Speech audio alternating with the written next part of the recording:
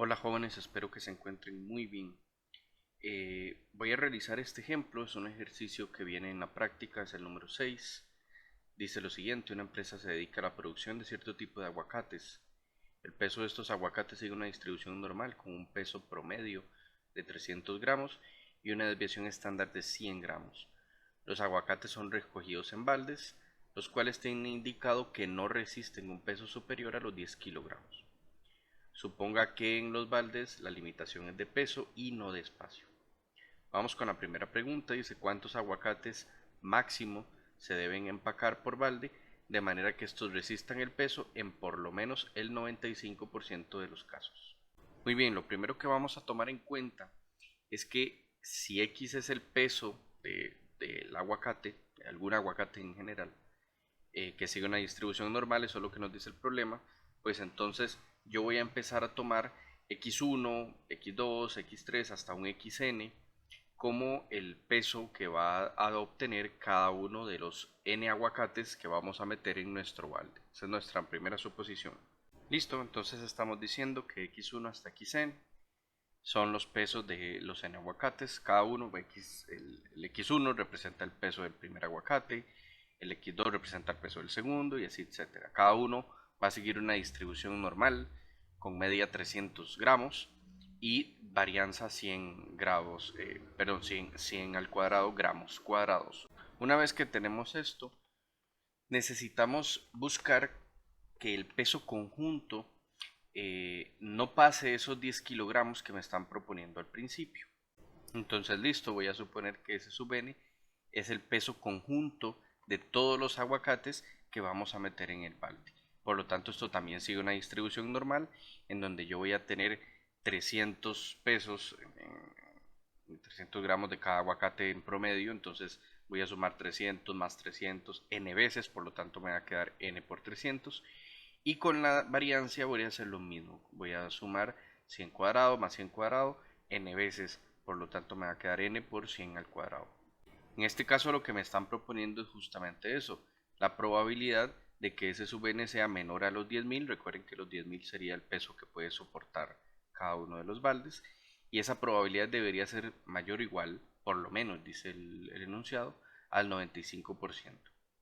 Y para que este ejercicio tenga sentido, vamos a tener que estandarizar justamente para llamar a la phi, a la distribución normal estándar. Entonces, en este caso, necesitamos buscar cuál sería el phi que se acomode para que podamos obtener valores mayores o iguales al 95%. Y es cuestión de irnos a la tabla de valores de la distribución acumulada a la normal estándar. Entonces, en este caso vamos a buscar en dónde anda más o menos el 95% y a partir de ahí empezar a considerar cualquier valor que se defina. En el caso del 95%, más o menos anda como por acá. Entonces, en ese caso estaríamos tomando un estimado de 1.645. Podemos tirarlo al siguiente, no hay ningún problema. Podemos tirarlo 1.65 para que calce con este. Este es el primer valor conocido, que es mayor al 95%. Entonces, por lo tanto, ese valor que está dentro del phi, ese resultado, va a ser superior al 1.65. Listo, tenemos esta inecuación. Entonces lo que está dentro del phi, el 10.000 menos n por 300 dividido entre la raíz cuadrada de n por 100 al cuadrado, debe de ser mayor o igual a 1.65, más o menos es el valor que estamos estimando, y a partir de ahí pues cualquier n serviría. Eso sí, si se fijan, esto es una ecuación, una inecuación mejor dicho, un poco problemática, porque estamos trabajando por aquí con raíces, vamos a generar algún valor. Entonces lo resolveremos de la siguiente manera: la raíz cuadrada es positiva, está dividiendo, entonces cuando la pasamos a multiplicar no altera de ninguna manera la inecuación. Con esto, elevando al cuadrado a ambos lados, nos va a quedar ahí básicamente un polinomio cuadrático, una desigualdad cuadrática. Haciendo un poquito de trabajo numérico, nos vamos a dar cuenta de que es esa última inecuación que está ahí. Ahora, si se fijan, esa inecuación es, como les mencionaba, es una cuadrática, es una parábola, es cóncava hacia arriba, entonces vamos a obtener algo más o menos así.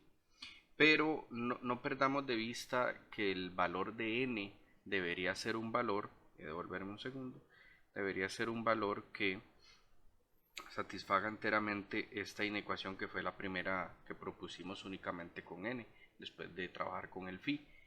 Entonces, ¿qué quiere decir eso? Que esa inecuación muy probablemente va a tener dos valores, que van a ser los valores para adelante de este resultado, todo eso me va a quedar por encima del eje X, o para atrás de este resultado, que también me va a quedar por encima del eje X, me refiero a la gráfica. ¿Cuál de los dos resultados deberíamos tomar? Necesitamos siempre, sí o sí, seguir con este mismo pensamiento. Entonces, no puedo optar por el más grande, no puedo optar por la patilla más grande de la parábola, porque al tomar valores superiores a ese resultado, en algún momento me va a provocar que esta diferencia se vuelva negativa. Y si esa diferencia se vuelve negativa, obviamente lo de abajo, al ser positivo, estoy obteniendo un número negativo. Menos entre más me da menos. Y no podemos decir que un número negativo es mayor que 1.65. Entonces, por lo tanto, nos vamos a enfocar únicamente en la parte que está por detrás del número más pequeño. Y a la hora de hacer el resultado, estoy obteniendo que n debería ser menor o igual a 30.30 aproximadamente. Como estamos obteniendo valores que deberían de ser eh, exactos, porque estamos diciendo que son una cantidad específica de aguacates, por lo tanto deberíamos decir que n debe de ser igual a 30. La parte B nos dice que si en cada balde se recogen 25 aguacates, ¿cuál es la probabilidad de que el peso medio de los aguacates del balde sea superior a 400 gramos? En este caso, para poder trabajar con el mismo resultado de la parte A, muy parecido, vamos a tener que considerar de x1 hasta x25. ¿Por qué? Porque me están diciendo que hay 25 aguacates justamente en el balde. Entonces, en este caso yo ya no voy a recurrir a ese sub n, sino que voy a recurrir a x barra. En este caso, x barra sería sumar todas estas variables, pero dividirlas entre 25. Esto igual va a seguir una distribución normal. La única diferencia con la parte anterior es que la media va a ser igual a la media de la original, porque en este caso estamos sumando 25 medias, pero las vamos a dividir entre 25, se cancelan. Y la otra diferencia es que yo voy a sumar igual n varianzas, pero las voy a dividir entre n cuadrado. Entonces al final me va a quedar la varianza, pero entre n. Entonces lo que estamos obteniendo es que x barra debería ser mayor a 400, haciendo el complemento porque necesitamos estudiar este ejercicio mediante la tabla con la acumulada de la normal estándar. Luego estandarizamos, nos prestamos la media, dividimos entre la desviación estándar, ambos lados de la inecuación. En este caso recuerden que para efectos de continuo, pues no importa si es menor, menor, igual.